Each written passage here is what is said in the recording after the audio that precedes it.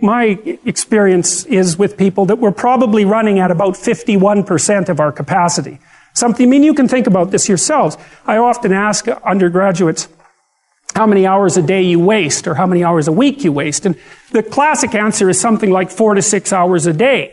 Inefficient studying, watching things on YouTube that not only do you not want to watch, that you don't even care about, that make you feel horrible about watching after you're done. That's probably 4 hours right there. You think, well, that's 25 hours a week. It's 100 hours a month. That's 2.5 full work weeks. It's half a year of work weeks per year.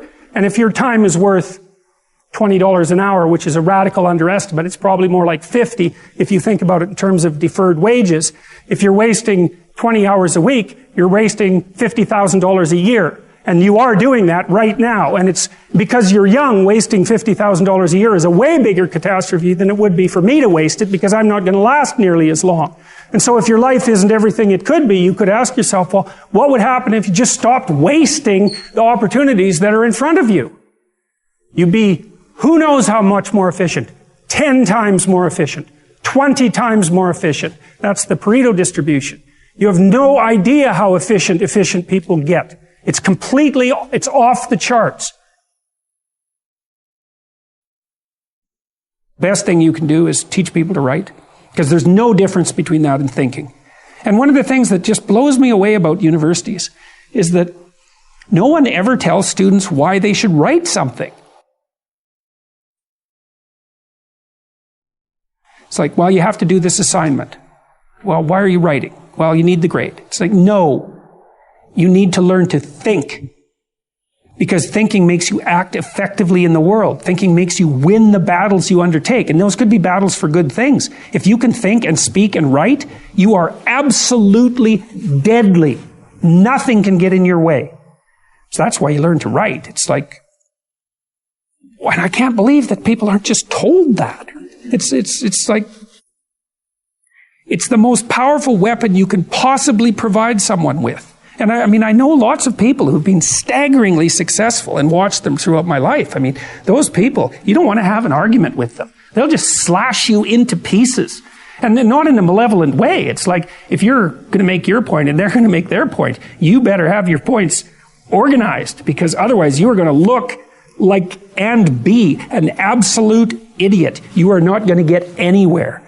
And if you can formulate your arguments coherently and make a presentation, if you can speak to people, if you can lay out a proposal, God, people give you money, they give you opportunities, you have influence. Make it schedule and stick to it. Okay, so what's the rule with the schedule? It's not a bloody prison. That's the first thing that people do wrong. They say, well, I don't like to follow a schedule. It's like, well, what kind of schedule are you setting up? Well, I have to do this, then I have to do this, then I have to do this, and then I just go play video games, because who wants to do all these things that I have to do? It's like, wrong. Set the schedule up so that you have the day you want. That's the trick. It's like, okay, I've got tomorrow. If I was going to set it up so it was the best possible day I could have, practically speaking, what would it look like?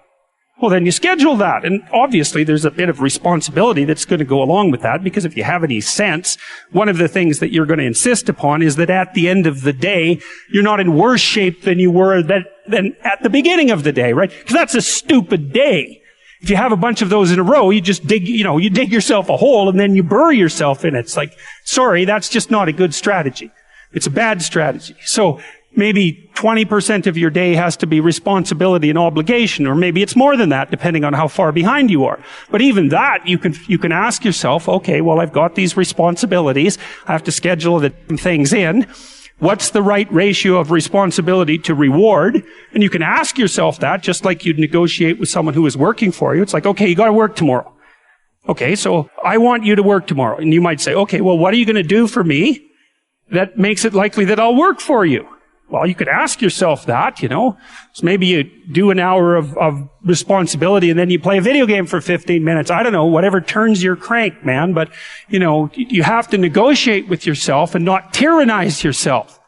Like you're negotiating with someone that you care for, that you would like to be productive and have a good life. And that's how you make the schedule. It's like, and then you look at the day and you think, well, if I had that day, that'd be good. Great. and you're useless and horrible, so you'll probably only hit it with about 70% accuracy, but that beats the hell out of 0. Right? And if you hit it even with 50% accuracy, another rule is, well, aim for 51% the next week, or 50.5% for God's sake, or because you're going to hit that position where things start to loop back positively and spiral you upward. Well, and if we all got our act together collectively and stopped making things worse, because that's another thing people do all the time, not only do they not do what they should to make things better, they actively attempt to make things worse because they're spiteful or resentful or arrogant or deceitful or homicidal or genocidal or all of those things all bundled together in an absolutely pathological package. If people stopped really, really trying just to make things worse, we have no idea how much better they would get just because of that. So there's this weird dynamic that's part of the existential system of ideas between human vulnerability, social judgment, both of which are major causes of suffering, and the failure of individuals to adopt the responsibility that they know they should adopt. It isn't merely that your fate depends on whether or not you get your act together and to what degree you decide that you're going to live out your own genuine being. It isn't only your fate. It's the fate of everyone that you're networked with.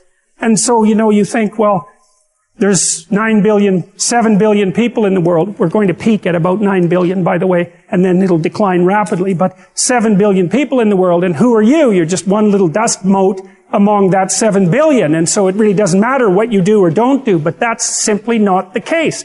It's the wrong model, because you're at the center of a network. You're a node in a network. Of course, that's even more true now that we have social media. You'll know 1,000 people, at least over the course of your life.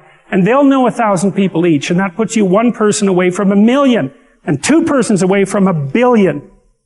And so that's how you're connected. And the things you do, they're like dropping a stone in a pond. The ripples move outward, and they affect things in ways that you can't fully comprehend. And it means that the things that you do and that you don't do are far more important than you think. And so if you act that way, of course, the terror of realizing that is that it actually starts to matter what you do. And you might say, well, that's better than living a meaningless existence. It's better for it to matter. But I mean, if you really asked yourself, would you be so sure if you had the choice? I can live with no responsibility whatsoever. The price I pay is that nothing matters. Or I can reverse it and everything matters. But I have to take the responsibility that's associated with that. It's not so obvious to me that people would take the meaningful path. When you say, well, nihilists suffer dreadfully because there's no meaning in their life and they still suffer. Yeah, but the advantage is they have no responsibility. So that's the payoff, and I actually think that's the motivation. Say, well, I can't help being nihilistic. All my belief systems have collapsed. It's like, yeah, maybe. Maybe you've just allowed them to collapse because it's a hell of a lot easier than acting them out. And the price you pay is some meaningless suffering, but you can always whine about that and people will feel sorry for you, and you have the option of taking the pathway of the martyr, so that's a pretty good deal, all things considered, especially when the alternative is to bear your burden properly and to live forthrightly in the world. Well, what Solzhenitsyn figured out, and so many people in the 20th century, it's not just him, even though he's the best example, is that if you live a pathological life, you pathologize your society. And if enough people do that, then it's hell. Really. Really.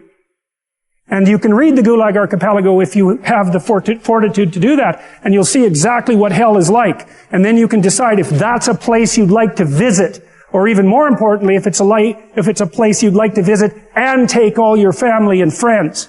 Because that's what happened in the 20th century. No one can live without a routine. You just forget that. If you guys don't have a routine, I would recommend, you get one going, because you cannot be mentally healthy without a routine. You need to pick a time to get up. Whatever time you want, but pick one and stick to it, because otherwise you dysregulate your circadian rhythms and they regulate your mood. Plan a life you'd like to have. And you do that partly by referring to social norms. That's more or less rescuing your father from the belly of the whale. But the other way you do that is by having a little conversation with yourself about As if you don't really know who you are, because you know what you're like. You won't do what you're told. You won't do what you tell yourself to do. You must have noticed that.